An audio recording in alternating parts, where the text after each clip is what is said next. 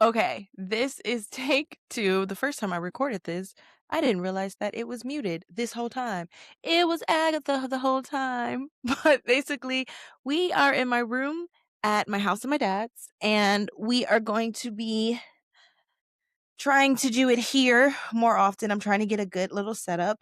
Theo is with us and she's joining us over here, my little mamas. And I'm trying to figure out if I can do this from home because I am going to be um trying to see if I can stay home more like one day out of the week because right now I'm having no days off and I am just trying to figure out how I can make that work and how that will look and how it'll be good for me. So we're here and we're trying. If you see me look at my laptop a lot, this is new. So we're going to try it. But before we get into anything, let's play that intro.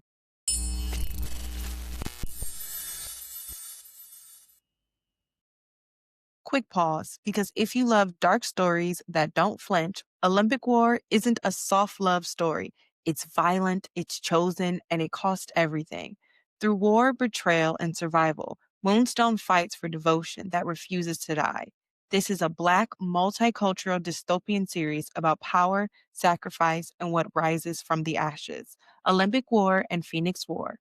Read them wherever books are sold. Hey, Unbothered fam, and welcome back to another episode of basically Unbothered Recapped. We are getting into it today, and I am so excited. I'm so excited to be here with you guys, and I just finished watching the Love is Blind reunion today, and I have so I have so many notes, and it was so like it was uneventful in a way and eventful in another way. And that was just, it was quite interesting to me, some of the things that were going on. Um, First, I just want to talk. Let's first get on Vic and Christine because they're just so unproblematic. Even in the show, they're just so calm. There was a point where Nick Lachey asked, do you guys ever had fights? And he says something like, I fight over the fact that he like basketball throws his trash out. And says something like, it frustrates me that she has so many socks and her feet are always cold and she wears socks to bed so we can't footsies. They're so fucking unproblematic and aspire. I don't think I could have that type of relationship. Not that I don't want unproblematic or like a love that way. There's just there's a calmness to them and a sereneness to them that I just don't think I have in myself, but the love that they have for each other is, in fact, really fucking beautiful, and it's nice to know that where other couples couldn't fucking make it work out and where, they couldn't move or whatever, Jordan, we're looking at you. Don't worry, Jordan, we're gonna get to you. But where other couples couldn't figure out moving arrangements and how to live together, they seem to make it work really well. They're living in Columbus, they're living together, they're happily married, they spent the holidays with their family. They're just beautiful. And honestly, Vic is showing Black excellence. He is showing a way to love your woman. And I know someone's going to pop on here and be like, yeah, that's because he's married to a white woman. Maybe. Or maybe his parents just really raised him right and he has a good fucking head on his shoulders and he knows like what to fight for and not what and like what to just leave the fuck alone. That could also be a possibility. But they just they're beautiful. They got inducted into the married couple and they got their own table. And they did get their win back because they finally to get a honeymoon. They finally get to get a honeymoon because, they were so sweet about how they had to go have their wedding in Malibu while everybody else got to have their wedding in Cabo. And Christine says, even my sister says that I'm just so boring to watch on reality TV. And they are going to finally get their honeymoon and fucking deserved because spoiler alert, They're the only fucking couple that makes it this season. And huh. While we're talking about the only couple that makes it this season, let's get on Jordan and Amber. So Jordan and Amber aren't together, and I don't know if Amber is keeping really quiet about this situation because she doesn't want to embarrass Amber. I mean, if Amber is keeping really quiet about the situation because she doesn't want to embarrass Jordan, or if she's just respecting, taking the high road or whatever, and, realized her flaws. There's a lot of that going on. I think Amber is an amazing person, but I also think she also realized a lot of her flaws in this situation. And it was really sad to hear her talk about the fall of their marriage and her, say that I wanted to make this work. I was willing to make this work. I offered us to go to therapy, and it's just so frustrating that after 3 or 4 months, you just left. And fucking yeah, it is. What do you mean that you guys were only married for 3 or 4 months and you had a bad period and you just wanted to, like, walk away? I I think that yeah, there are some things that are deal breakers. I just don't think that Jordan was ready to be married. And Amber talks about this when they're sitting down and they're talking about it. She says, I just don't think you were ready. I don't think you were ready for the commitment. I don't think you were ready for what it all entails. There's just some things that he just wasn't prepared for. And that's cool. That's great. But don't go on a show where the end goal is to get married. And, the hardest thing about this whole situation is watching Amber break down about Emma. And that's one of the things that's so frustrating to me is that Jordan said yes. And he knew that saying yes was saying yes to Amber and to Emma. And he knew how Amber felt about, you know, committing and how important it is for her not to have another, man walk out of Emma's life and, how guarded she is about that. And then for him to not even really give, like, to know what he's getting into. And maybe he didn't, maybe he's not mature enough. And that is, he kind of gives me that vibe. Like, he's a good guy, but he's just not mature enough or ready to be at that level of maturity to understand that when a child is involved, it's a different level. And when I heard her say that he didn't say goodbye to Emma, that was like, come on, man. Like, that's just something you literally can't do. You can't not say goodbye to the kid. And, he said something like, well, maybe I don't know the way that I'm supposed to handle this or whatever. And it's like, maybe you don't fucking know. But maybe that's the problem. Maybe you should fucking know. Maybe that should be something that you do know.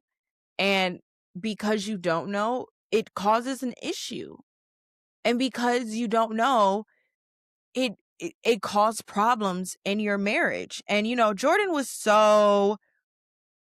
he was so ready to talk about Amber's drinking and talk about Amber's partying and, this wedding where he was the best man and Amber got wasted and blah, blah, blah, blah. And Amber made a good point. Like, yo, you're the best man, but no one's perfect. Like, let's be real. No one's perfect. Should Amber have been drinking or getting wasted like that? Absolutely not. Should you have left her in the car by herself? No. You should have come up with a better plan because we go back into this topic about a boy's boy. You have to be there for your friend. And this is why I think that this experiment is so hard for some people is that when you go through the regular progression of a marriage, you spend ideally months to years dating, and then you spend months to years engaged, and then you get married. You've had time to build this relationship for this person to become the most important person to you. And for your side relationships, your friendships to sit back and see that and be like, yo, okay, yeah, man's man's is with a new girl now. That's fine. Let's figure it out. But when you're in this situation, when you're in these scenarios, you don't have that opportunity because there's no like you don't there you haven't built this. And unless you already have that mentality that this is where I need to be, this person is now the most important person in my life, you are kind of just setting it up for failure, right? You're setting everything up for you to fail. And I think that's what happened here. The way that Jordan viewed Amber wasn't as if we're in this together. He viewed her as, you're something that's getting in my way. You're something that's messing up my best friend's wedding. It didn't seem like there was a lot of love and care that was taken for this. And so many people that I see on TikTok come for Jordan, and Jordan wanting to be, not wanting to leave the city. And I get that. I really do. But even like Nick Lachey called him out and said, "Hey, you chose to be in a relationship with the mother.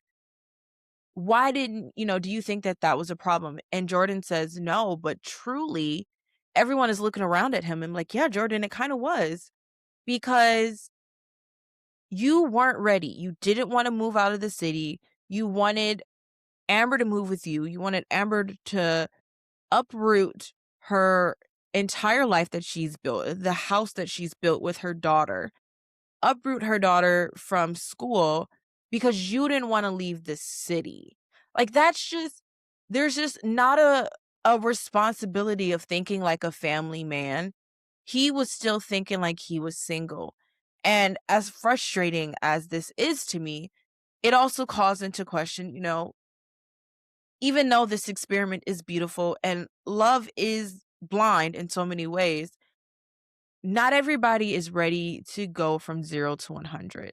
Not everybody is ready and willing to put these people that they're calling their fiancés or their wives or whatever in a place and position that they should be. Because specifically when we're talking about the men, these things they feel like have to be built. They're not built when it happens so fast. And you'll see this with Jordan, you'll see this with Mike, you'll see this with Alex. These men weren't ready for a commitment that was unbuilt, even though it was built upon in the pods. They wanted a commitment that they could ease into and slowly dip their feet in the water and slowly get to this place. And although that's understood and respected, at this point, we're at season 10 of Love is Blind, and you know what's to come. And so the lack of mental preparation for this just shows throughout all of this. And it truly shows to me throughout Jordan and Amber. I love, you know, Amber singing Jordan's praises and saying that, he isn't a fuck boy like Chris. Also, side note, her giving Chris the business throughout the entire reunion is my favorite part about the reunion. Her keeping her foot on the gas or on Chris's neck is my favorite part of the reunion.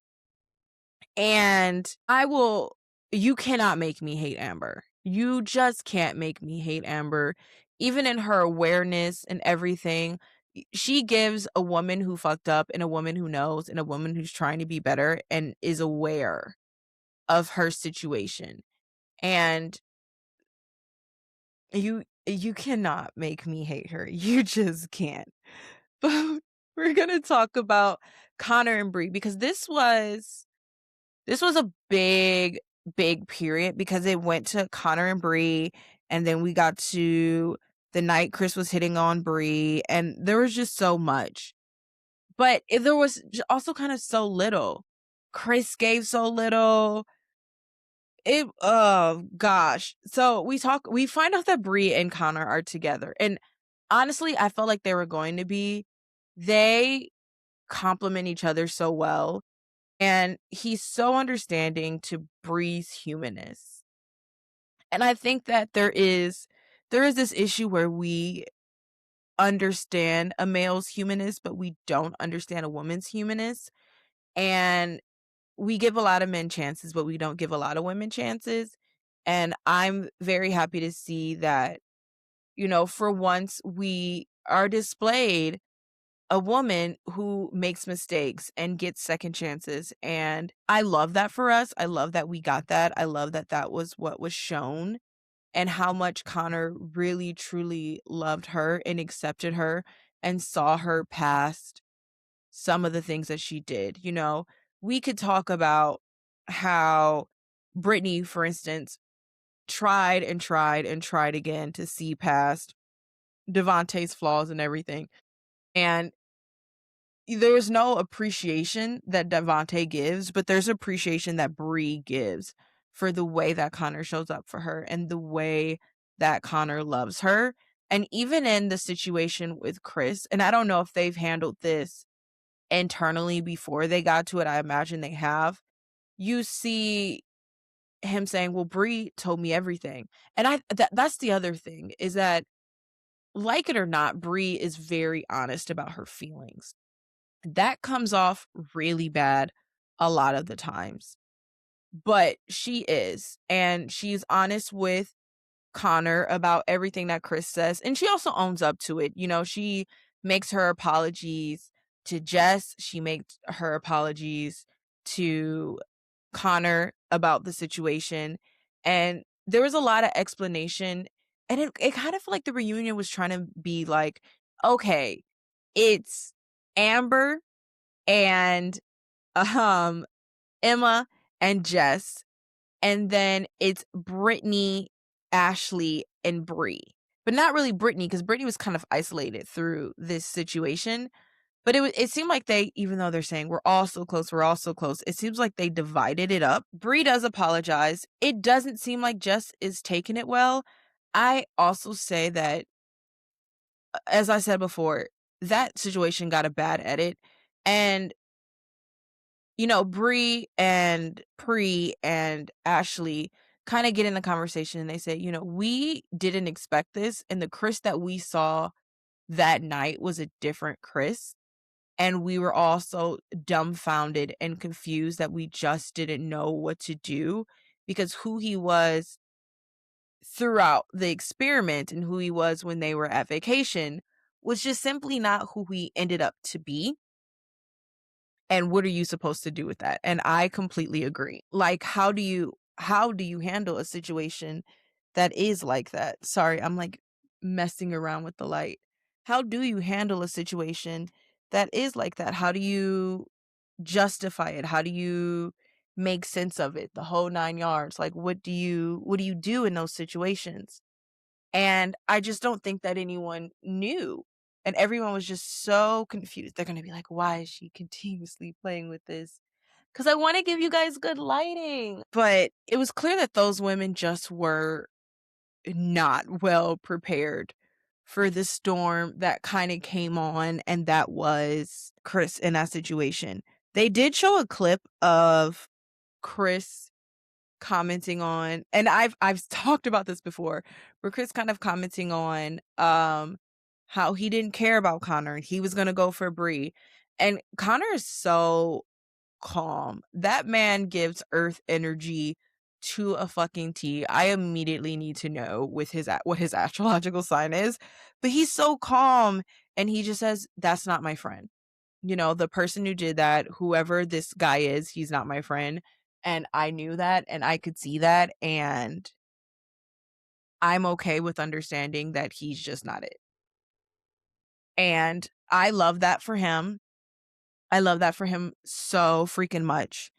And, Nick and Vanessa, they were pressing and they're like, can't you see how this can be misperceived and how it can look like you're wrong and you're doing all this? And he was just, Chris gave us nothing during this reunion. He literally gave us nothing.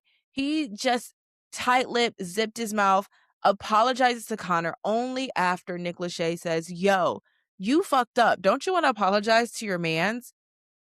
And he gives this apology, and he gives an apology to Chris. He gives an apology to Jess. And even in thinking about their relationship, there's just, nothing. Learning that Jess was kind to Chris even after said situation, and then she was kind of blindsided by what he was saying about her is really, truly sad to me because there's just no fucking need. There was no need after he already just destroyed the relationship.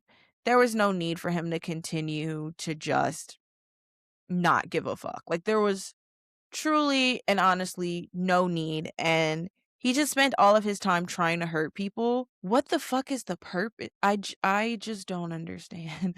I don't understand this man, Chris, at all. I don't understand what the fuck his purpose is. I don't understand.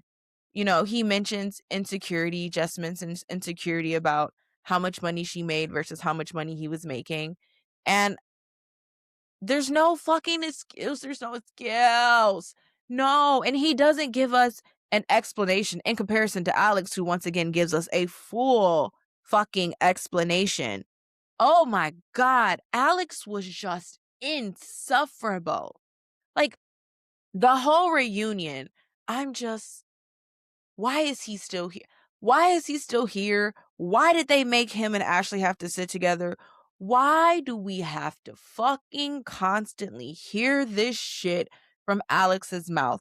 Because they ask Alex all these questions and he's just so defensive. And you can see that Nick Lachey and Vanessa are so confused as to why he doesn't fucking get it. As are the rest of America, the world. Alex, why don't you get it? Why can you not? And this is the like sign of a pathological liar. And I don't like throwing that shit out there loosely, but Alex is 100% a pathological liar. He is so into his lying that he can't even understand that he's lying. That's insane to me. He is so into this lying. He truly, honestly doesn't understand that he's lying. He has convinced himself that he is right. And he goes on this tirade about, he's so mad because he goes on this tirade about Ashley and how Ashley got her moment yet. And she says, yeah, I woke up that morning. I knew what I wanted to do. My best friend or my sister, I can't remember, was there. And I wrote this thing and she read it and I was like, does this sound good? And I knew that if he rejected me, I wouldn't be able to say it. So yeah, I cut him off. And yeah, I wanted to have my moment. And the fact that people are mad that Ashley wanted to have her moment after she spent her entire screen time patiently listening to this man lie is just insane.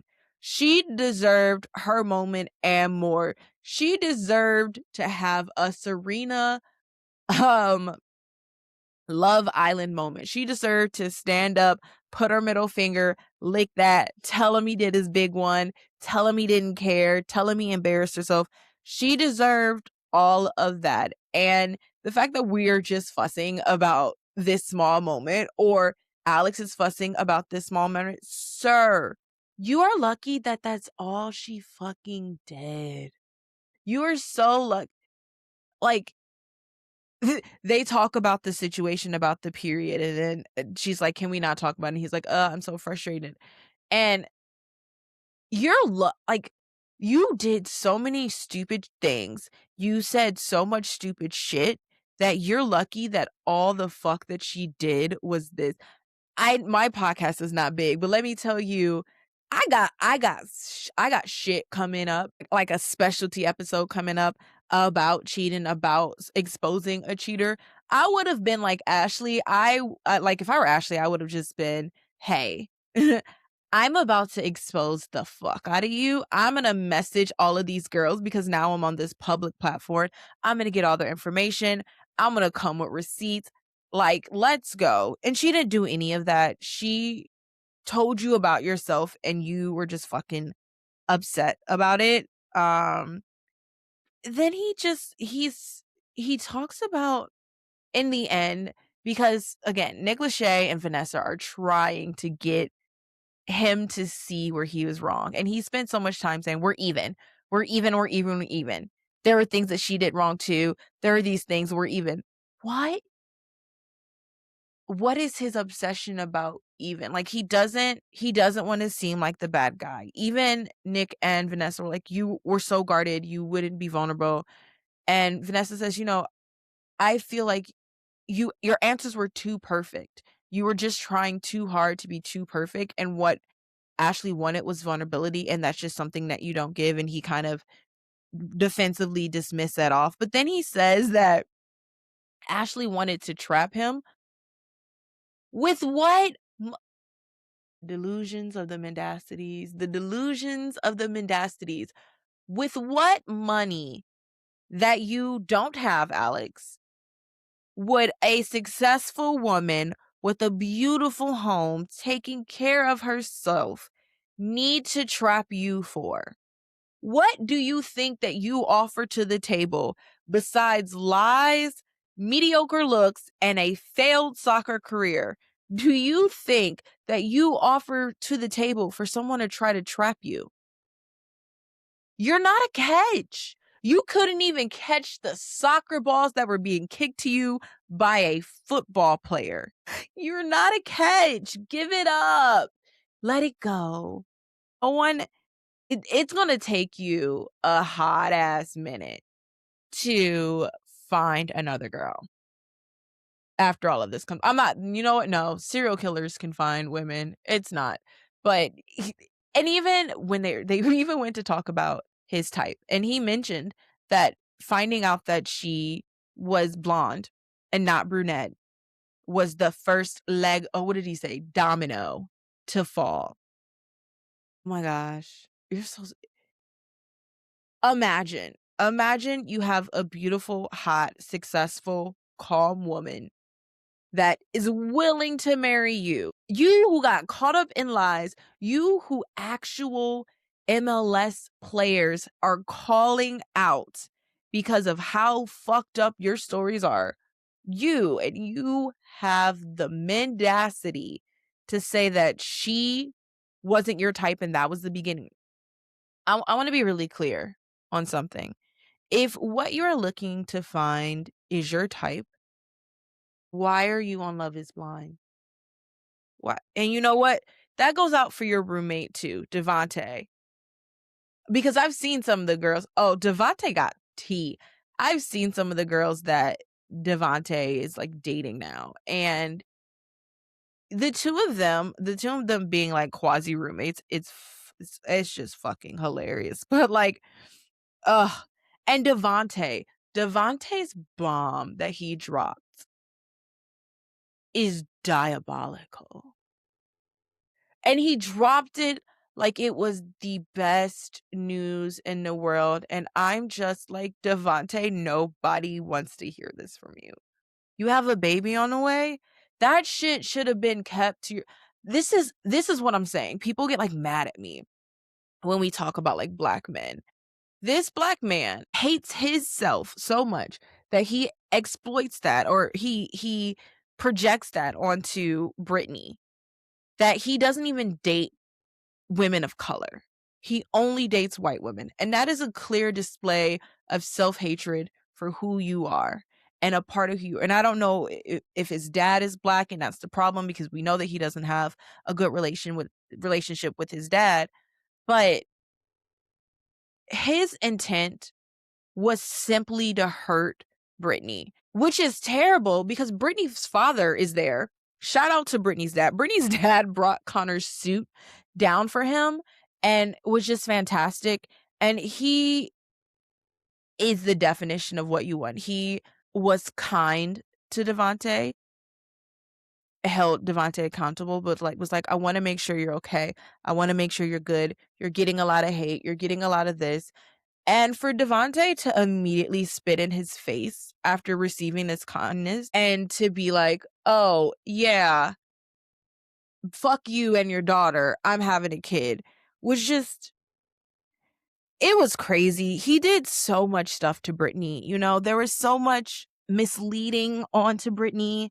There were so many things that I feel so sad for her because they talk about the timeline. They talk about how they decide to cancel the wedding. And from us viewers, we could see this, but we also did get to see the, like, interviews. He did the interviews and said this after he promised Brittany these things. He did the interviews and said this, and he just continued to play with her, and then the Austin trip comes out, and you're just like, "What the fuck?" In the Austin trip, you learn that, like, Priyanka, and Ashley went on this trip to go see this artist, and then they hang out with Devo, and Devontae just he inconveniences these women. Like, they invite him onto this trip. He's not honest with them. He puts them in a bad position. And I want to be fair, Ashley and Bree and Priyanka need to do a better job of, like, being a good friend to their female friends. And maybe they need a little bit more male hate in their life. I don't know. I don't know how we get there, but they do need to do a way better job of being a better friend to their friends, because whatever the fuck this is not it. It's just not it. And the worst part is that Devontae puts them in a bad position, because they were supposed to stay with him. Everybody was supposed to have their own Airbnbs, but the girls were going to stay with Priyanka for the first day. And then Devontae's plans fall through. He can't get the Airbnb confirmation. He doesn't plan this out, and he has to stay with Pri, and it makes Brittany, like, very uncomfortable, and nobody was honest with Brittany. And that's just the really fucked part about all of this, is just that this entire time, nobody is honest with Brittany. And Brittany is sitting thinking that this man loves her. And Devontae knows. The other girls know. The fucking world knows. And Brittany is just like, we're still good. We're still vibing. And Devontae is just, so much has come out about Devontae. And he's been called out by ex-girlfriends. Once again, he wants to give off this perception that he's a good guy and all of these things, but he just doesn't. And it's sad to see such insecurity and self-hatred, and a need to not only be honest, but, like, in an odd way, low-key kind of hurt and drag this woman along, and then to announce to the world that you're in a relationship and announce to the world that you're having a kid. And I truly don't have words for this entire situation. I wish that I did, but I honestly do not. I don't have words for this. It was too much. I feel so sad for Brittany. I feel so sad for what she's going through. I feel incredibly sad for the situation that she's been put in. And I wish that she was treated better, and she wasn't. I wish that all of the love and care that she got was reciprocated, and it wasn't. And I wish that she had a man who was honest with her. Even when they're rehashing things, and she talks about how, you know, pointing out things that he said, kind of like in his exit interview at the finale, about how I can't remember, there's something that he said about who she was that he didn't like, but she talked about the wedding dress. And the wedding dress as an excuse not to marry someone is just, it will go on my list of what the fuck is this? How did this go into your mind as this is an excuse to not be with someone? And it goes back to what I said about these men not really, these men not really having a trust developed and vulnerability developed. They're people who want to be coddled and slowly work into that. And I don't think that there's anything wrong with that inherently. I just don't think that you should go on a show where everything is, gas to the pedal, pedal to the metal. We're doing this shit, foot under the fire. Everything happens so quickly. And you know this, if you don't have the preparation to be in that position. And clearly Brittany knew what she was getting into, and she wanted to manifest this, and she wanted to put her best foot forward in doing so. And so she set herself up for success, and penalizing her for knowing that she was gonna find a man. And that's the hard part. You're penalizing her for knowing that she was gonna find a man that she found because she wanted to get her own wedding dress. And I don't know what you think this wedding dress is supposed to be a representation of you, because what the fuck? This wedding dress is for her. Who cares if she got the wedding dress before she met you? No one cares. There's several people who have their wedding dress picked out and everything before they meet the man.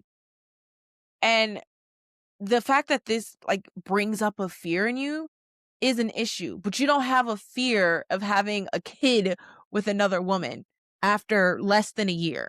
Speaking of kids, we get to Emma and Mike, and I don't know. I don't know if this season, if the men are just trying to like get back for all of these other seasons where the men were like so wronged or whatever, and everybody was talking about how terrible they were. But Mike has trust issues too. And he announces that he's been in a relation for 7 months, and I'm just like, none of these men learn. None of these men learn. I even make a comment in like my final thoughts about how all these all the men didn't learn, and the women were still growing while and working on themselves, while they just put themselves in another relationship without fully taking the time to really understand where they could have went wrong, where they could have been doing wrong. They didn't learn. They just dumped themselves into another thing. And it's wild to me that all of these men say that they love you and they want to marry you, and they get all the way up to the altar and they actually propose to you. And you spend a couple of months grieving an engagement and then move on. That's just, and maybe it's me. Maybe it's because I'm seeing it from the woman's side, and I can only see it from the woman's side. I'm not a dude. I hate to break it to you guys, but I'm not a guy. I can only see it from the woman's side, and I can only, feel it from the woman's perspective. And it's just devastating to see. And it's devastating to see just how little trust they had in the women that they proposed to.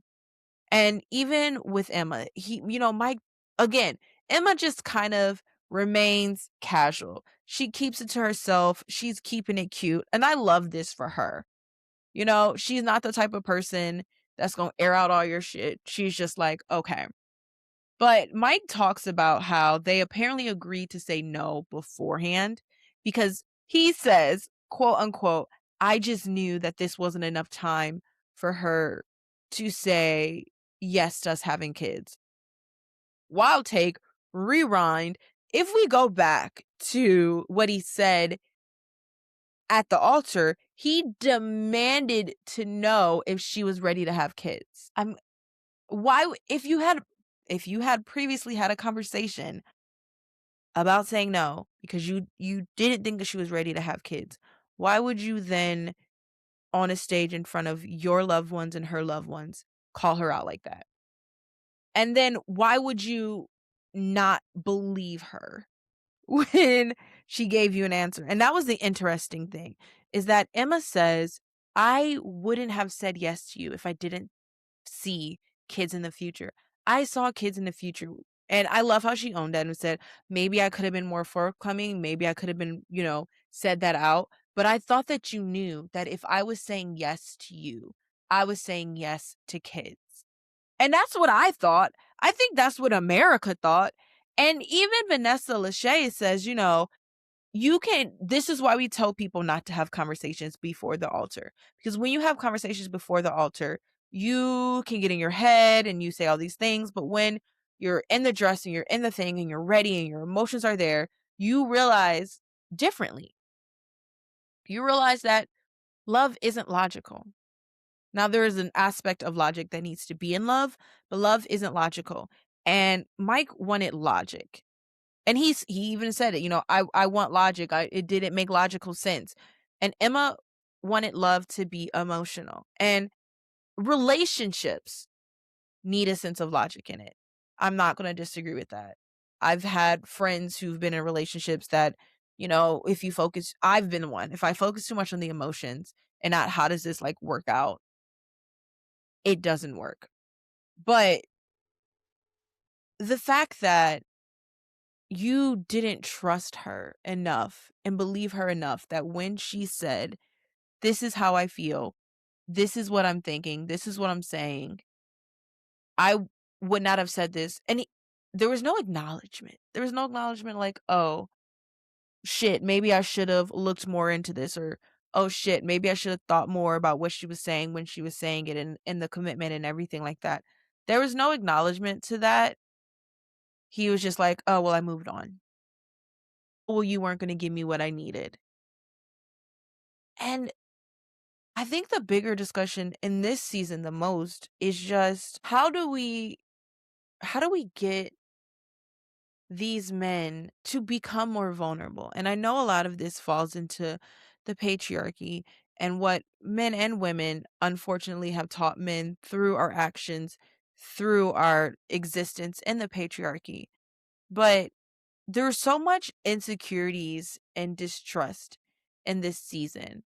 So much of not willing to believe this person that is your partner.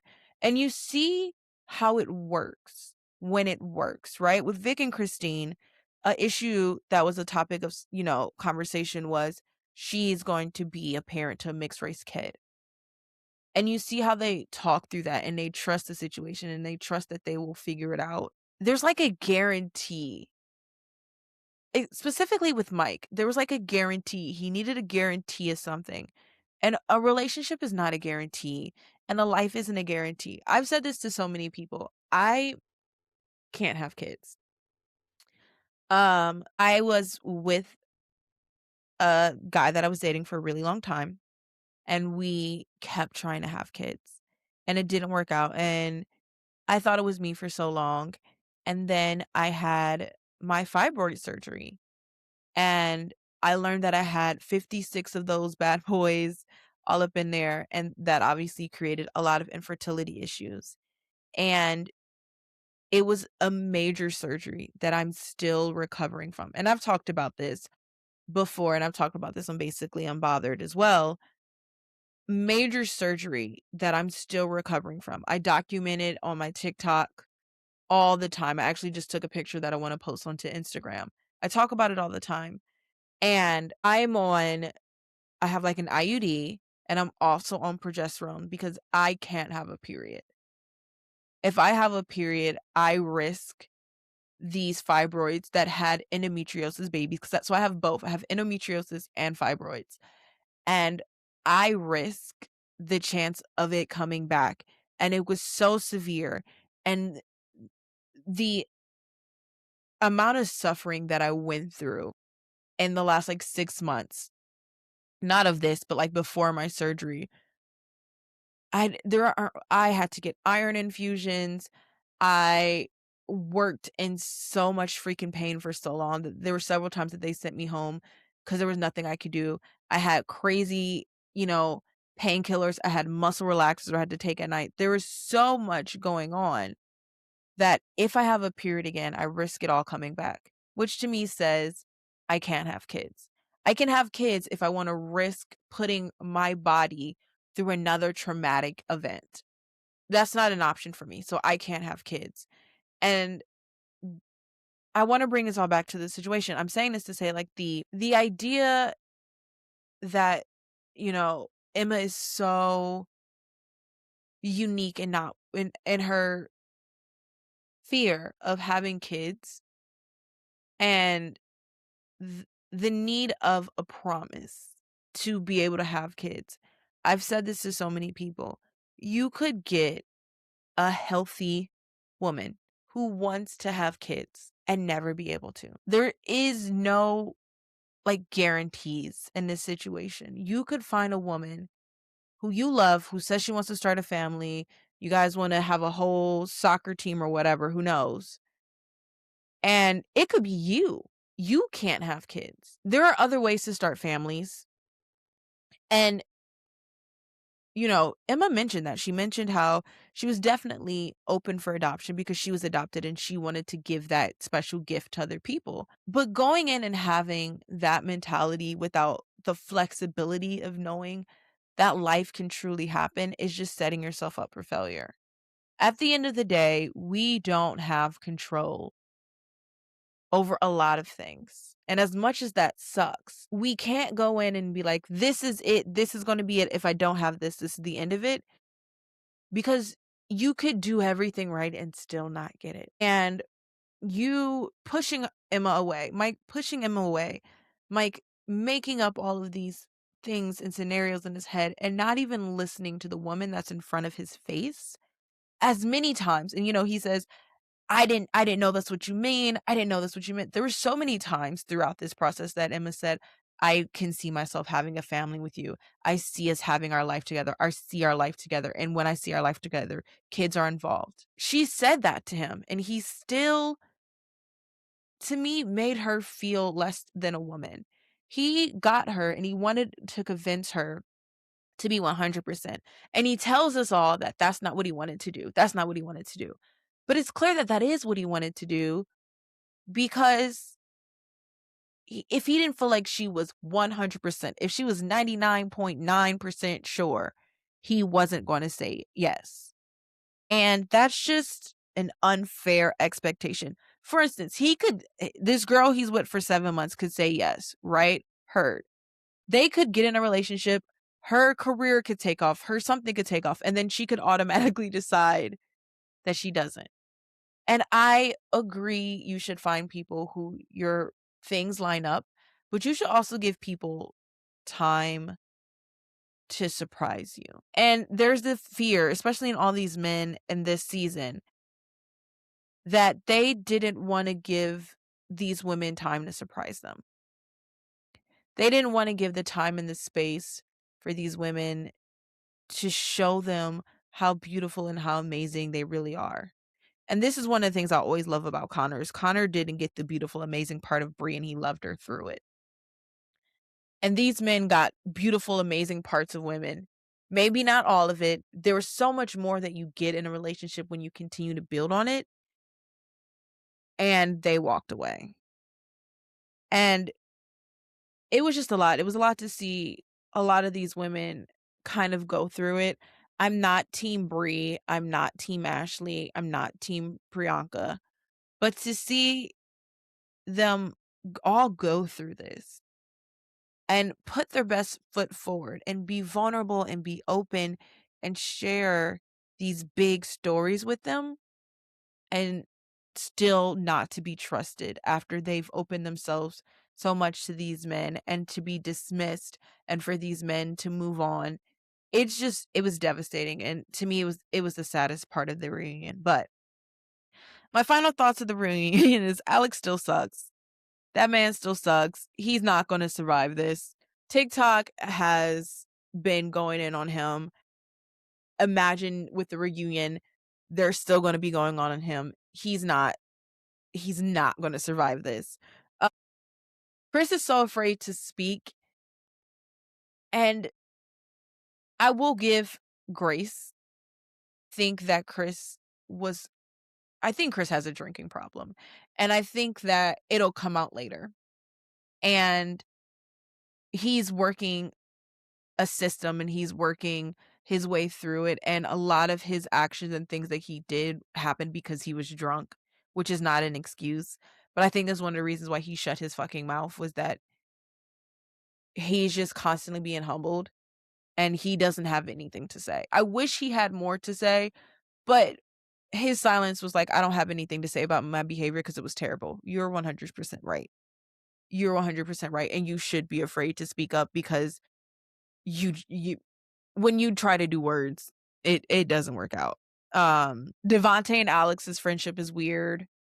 I love the girls' friendship, specifically with Amber and Jess and Emma, and how beautiful and amazing they are. And they talk about how they were helping Amber get through her divorce and all of that. But it was interesting that Love is Blind tried to show us all of the contestants that we have and all of these love connections, and this is how many people are married, and this how many people didn't get married, and yada yada yada yada. And the truth is that there's still a flaw in this design. And I know that we need to have good TV. And I think that you can have healthy relationships while still having good TV. there's still a flaw in this design, and I think it needs to be examined more. But I'm gonna leave us on the last good thing, the beautiful note of the night, which is Jessica and Harmon, and how apparently they connected in the pause and then something happened and he left. And they reconnected and they're dating, and he is everything that Chris wasn't. He is giving her all of the love, all of the flowers, all of the accolades, everything she deserved. And I love to see it, and I'm so happy to see it. And to end on a happy note, sometimes, like sometimes when this door closes, it means that something else is coming. And Jess handled the situation so beautifully. She didn't create chaos. She didn't do any of that. She let a situation that wasn't meant for her walk away, knowing her worth, knowing who she was, knowing what she deserved, and a beautiful situation that was perfect for her, that probably should have been hers, but maybe she needed to learn some lessons along the way, came to her, and it was beautiful. That's it, guys. That's all I got. I'm very happy to be done with Love is Blind this season. I want to see more love. I want to see less blind idiocracy. I want to see more love. Please give me that in Love is Blind. I hope. Some little notes before we get going, though. Next week, we will be covering The Secret Life of Mormon Wives. I'm going to break it up. I'm going to do part A and part B. Part B might come later because we are also going to be covering The Bachelorette with Taylor Frankie Paul. And I'm so excited because a guest that has been on Basically Unbothered before is coming back to cover this with me. And it is my sister, my friend, Maya, who was on the episode Digital Nomads. She is going to be coming back and covering The Bachelorette with me. And I'm so freaking excited. I can't wait to do this with her. I've known her for most of my life, and she just has such a personality, and I think that this is going to go so well. And I haven't watched The Bachelor almost never. I watch clips with my mom or episodes with my mom. So I'm so excited to go down this journey, and I'm more excited to go down this journey with her, and so happy that she wanted to go down this journey with me. So those are things that are going to be coming up for you guys in the rest of March. I cannot wait to get to show you things that are coming up. And also for Basically Unbothered, there's so much that's still coming. To all of my loyal people, thank you so much for continuing to listen to Basically Unbothered. Please don't forget to subscribe and like and review and share and tell everybody about this crazy, opinionated Afro-Caribbean, Afro-West Indian woman that you love listening to. Until next time, guys, thank you and bye. Pure Tifa Podcast.